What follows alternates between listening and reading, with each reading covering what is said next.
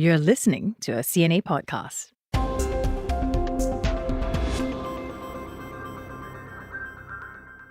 This week's episode is about one of the biggest aviation mysteries of our time. On March 8th, 2014, Malaysia Airlines Flight MH370 took off from Kuala Lumpur for Beijing. Then suddenly, it just seemed to vanish off radar screens. Days later, the confirmation no one wanted to hear.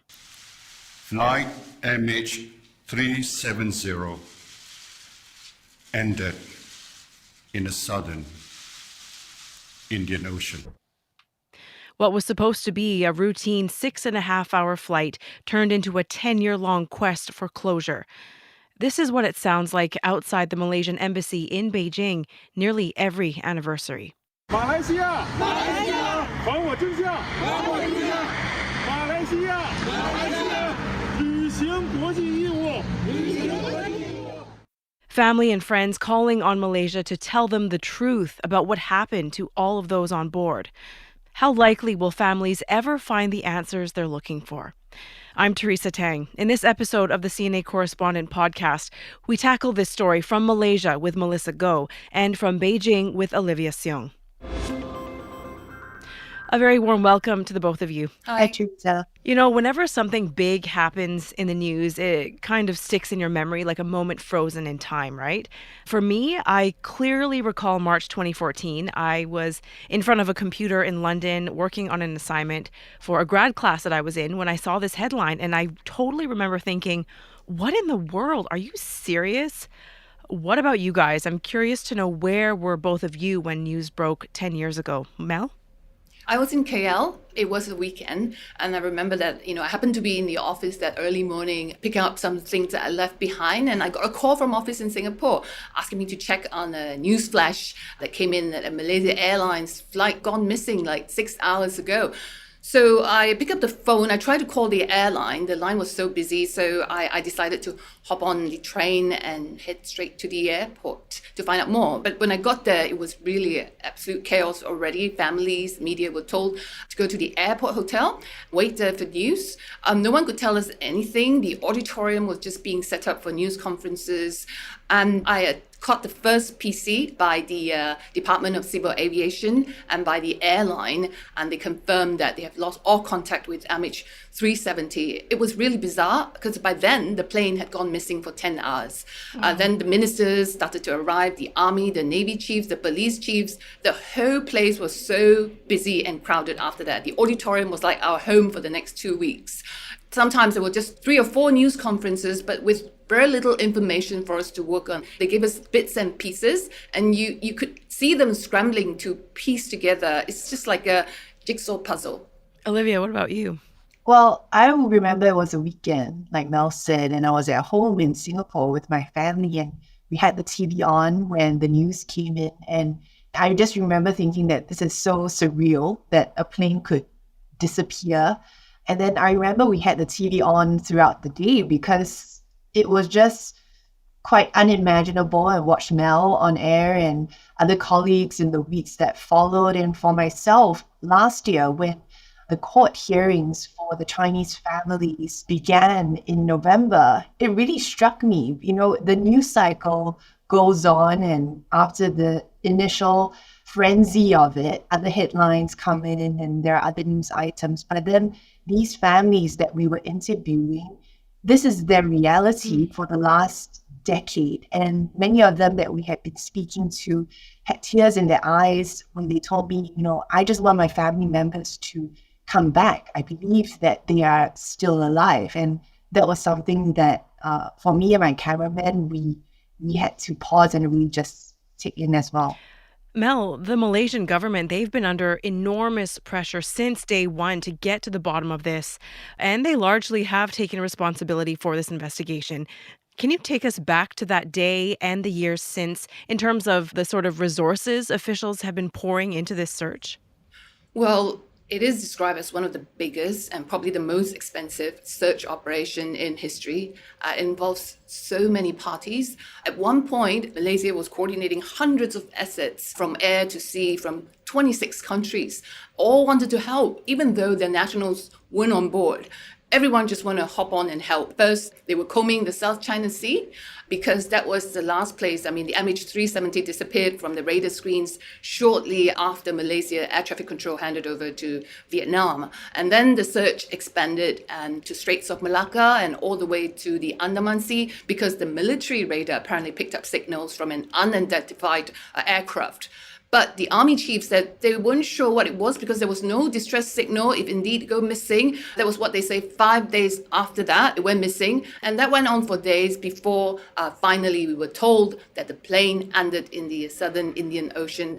Indeed, it's something never happened before in history, never happened before in Malaysia. And according to the former Defense Minister Hishamuddin Hussein, whom I spoke with back then, he was the acting Transport Minister, he said that Malaysia has tried its level best and should not be faulted in any way for its response, which some described, especially the family members, it was just too slow and too incompetent. Let's take a listen.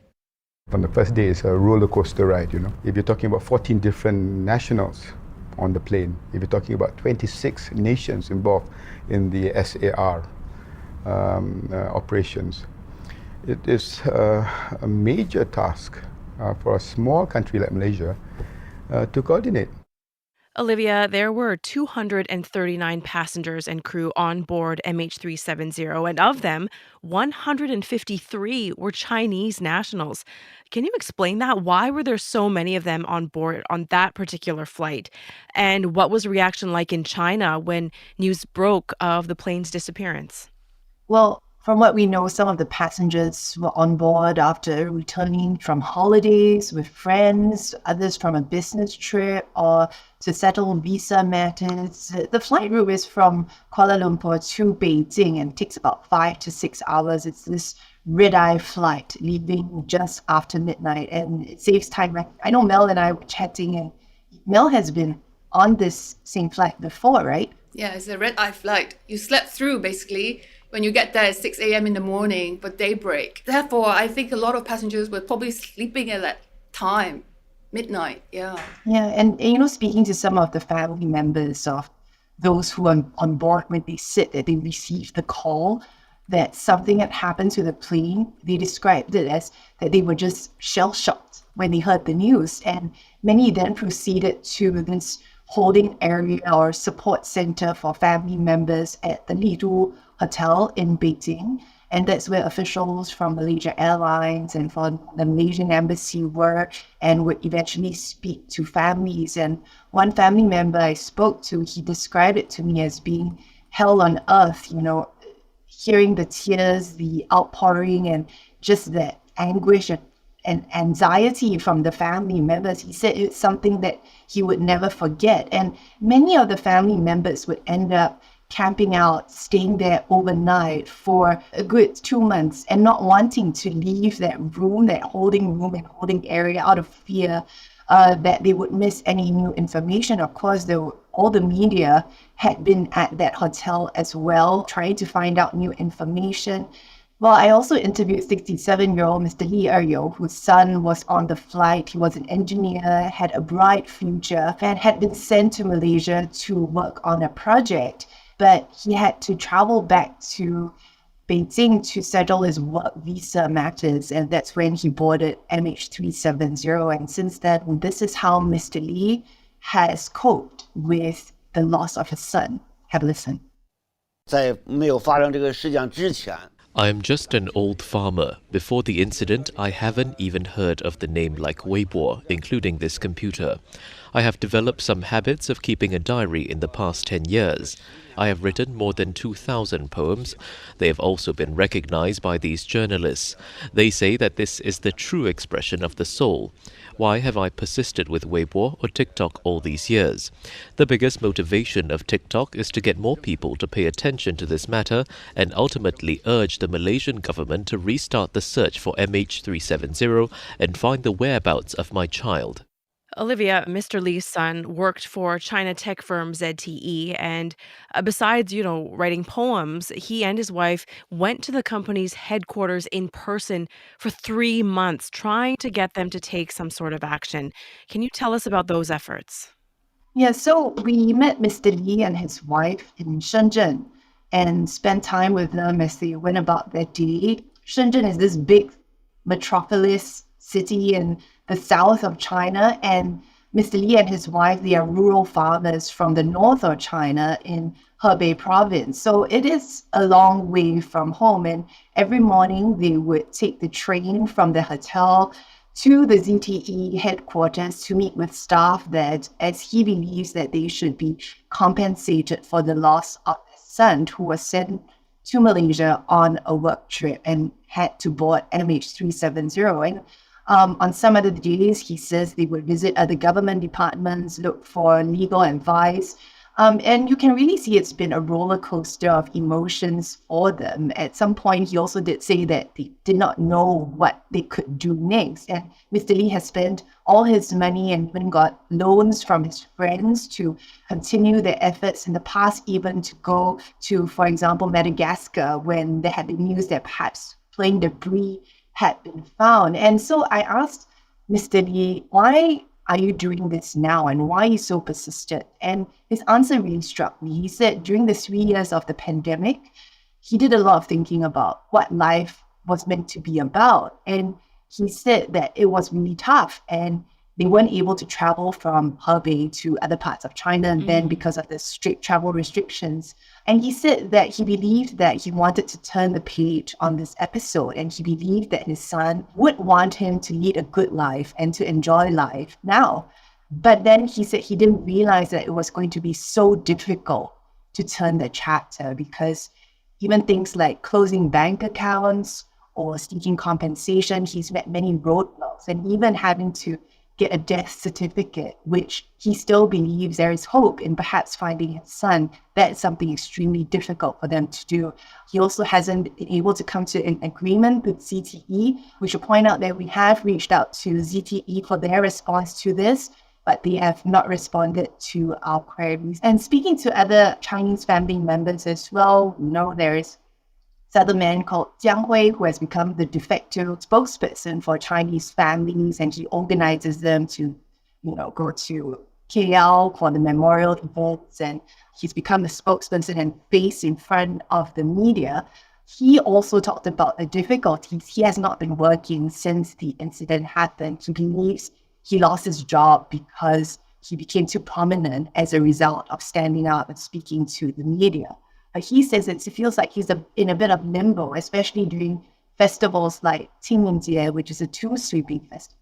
And that's a time where many go and pay respects to their dead loved ones, but he feels he's unable to do that. He feels it's not right because there is no tomb, so to speak, of his mother who was on the flight that he can go to pay his respects. And he feels it's not right as well because there is no confirmation. He feels that she has passed. At the same time, he feels it's not right to not remember her. And so he's persisting in his search.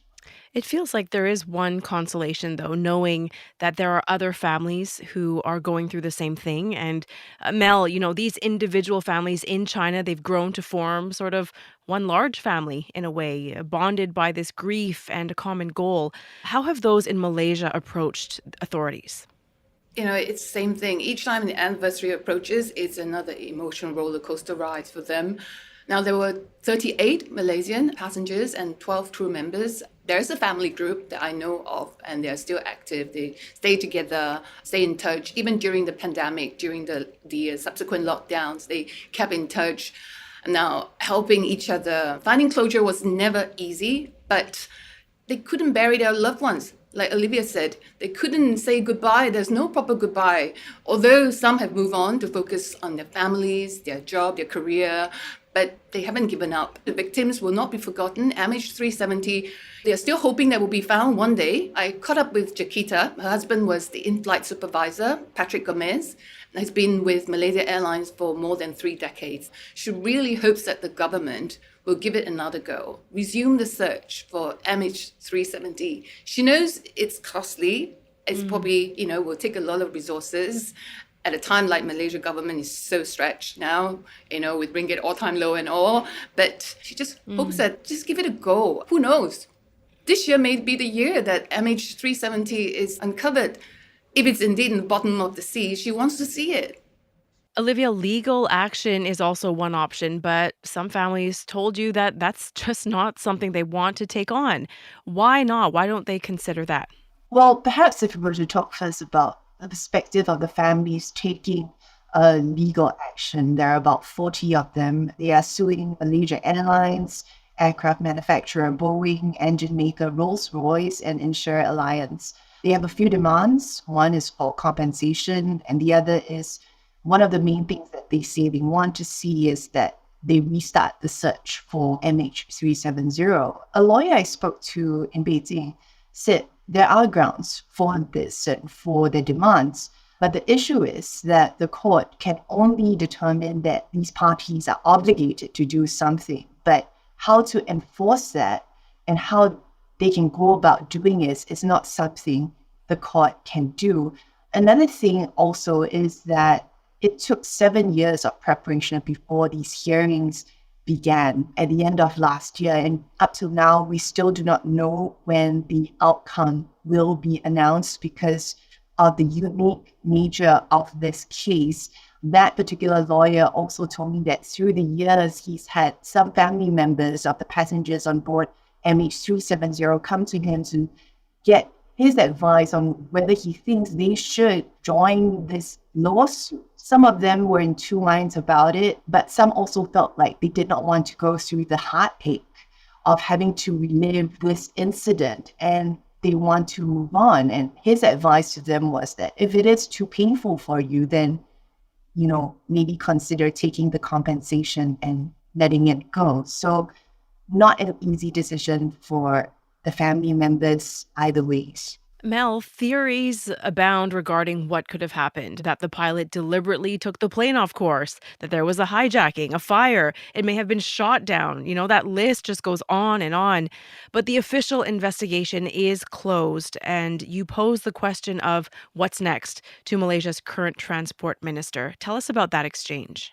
Well, the Malaysia Transport Minister, Anthony Loke, he is cognizant of the fact that it's been 10 years and we are nowhere closer to finding out answers for the families or solving the mystery surrounding MH370. He understands that many will continue to point fingers at the Malaysian authorities, the national carrier, Malaysia Airlines, but he wanted to stress that what happened was unprecedented. Malaysia has never dealt with anything like that before, and the authorities, they have learned important, although painful lessons, he said, on how to manage crisis, how to handle the situation better, how to coordinate and communicate better. Now, while he will always make time, he said, to lend moral support to families of MH370, he won't entertain any sort of conspiracy theories or give false hope to families. They've been through enough, he said, on whether Malaysia will hear the families' pleas and resume the search. This is what he said. The government's stand has always been very consistent. If there are credible information to be submitted to the government, then we are prepared to resume the search. But as far as we are concerned, there was yet to be any credible information that we have received so far. Yeah, but what do you consider as credible evidence, though? Well, this is something that at least you have to be very particular, very clear about the search area. It cannot be, just a general big area that you think is possible. I think that is something for our respective technical team to determine. But the moment we have any credible information and there's a proposal from this search company, Ocean Infinity, then we are prepared to resume the search. And Mel, you've been speaking with local aviation authorities as well, and they say progress has actually been made in terms of tracking airplanes. Could something as bizarre and tragic as what happened to MH370 happen again? Well, as far as the Department of Civil Aviation, which is now known as Civil Aviation Authority of Malaysia, is concerned, they have put in place what you called the unbreakable, which is a compliance system, a procedure to make sure there's zero fatalities in all the scheduled commercial flights. They have also moved the new facilities, the air traffic control, to KLIA, closer to where the action is. And I met the new CEO, Captain Nur Azman. He's a former pilot with Malaysia Airlines for 30 years. And he told me about this compliance procedure, what it's supposed to do. The radars now system has been upgraded and enhanced, overlapping. So if one is down, they can still track where the plane is. And for example, the air traffic controllers, they go through drills. They are supposed to be constantly on watch and ready to act even when no one is watching. But changing the culture, he said, is something else. It's a work in progress. It's something that Malaysia has to work on. Olivia, did you get any sense that the Chinese resent Malaysia for what happened? Have people or political ties been affected at all since the disappearance? I think among the Chinese families, there's definitely still some anger with regard to how Malaysian authorities handled the situation. They feel that there was misinformation or conflicting reports, and they're upset that Malaysia Airlines and the Malaysian government has stopped engaging them. Some families, they continue to visit China's Ministry of Foreign Affairs every week for the past decade in hopes of getting answers or assistance. And this is something that they have not failed to do. It stopped a bit during the pandemic, but it's something they continue to do. And this time they wrote an open letter to the Malaysian government, and they are asking to meet the Malaysian Prime Minister, Anwar Ibrahim. And they are hoping that with this change in government that has taken place in this last 10 years, that there will be a difference in how MH370 is handled. And before we go, Mel, let's talk about the future of Malaysia Airlines. It is not in the top 10 in terms of the Skytrax ranking, not even breaking the top 40 for that matter. But its new CEO vows to turn things around, right? Well, it used to be a top 10 airlines in the world, and it was the country's pride and joy. I remember when I was studying in UK in the 90s, every time, before I landed in KL, every time if I stepped into the plane, when I'm greeted by the air stewardess, I felt home already. Before I even had the satay, I felt like I'm home. That was what Malaysia Airlines for many Malaysians. So now it's 47th placing on the Skytrax ranking. Some said the flag carrier, has never truly recovered from the twin tragedies in 2014. Remember 4 months after the MH370 disappearance, the MH17 was shot down from the sky over eastern Ukraine in July. That was unbelievable. It was so surreal. And here I was going to the airport again for MH17. So it was just the most horrible year for airlines and for Malaysia as a whole. And the nation was in shock. And the airline was technically bankrupt and taken private and downsized. And then came COVID-19 pandemic. It was another shakeup. The airline was restructured again. But today, guess what? It has a growing cash balance of 5 billion. That's over $1 billion US dollars, 5 billion ringgit. Now it has the means now. The management team is very young. I think they're all in their 40s or early 50s. They now have the money, they said, to invest, to upgrade on what they want to do on the customer services and improve on the quality of food, for example, because Malaysia Airlines is known for food, for its nasi lemak and for its satays and so on, So, and then they hope that they can make it back to top 10 by 2030. Now, aviation analysts are saying that the airline has a better shot without the interference, without any intervention from the government authorities. They probably could have done a lot better. 2014 was such a surreal year, and it's really hard to believe that so much time has passed. Thank you guys both so much for coming on today. Thank you, Teresa. Be sure to check out the stories by Mel and Olivia on CNA's YouTube channel and CNA.Asia. And a reminder that the TV episodes of CNA Correspondent air every Wednesday at 9:30 p.m. This episode was brought to you by Saya Win, Clara Ong, Crispina Robert, Craig Dale, and myself, Teresa Tang. Thanks very much for your company.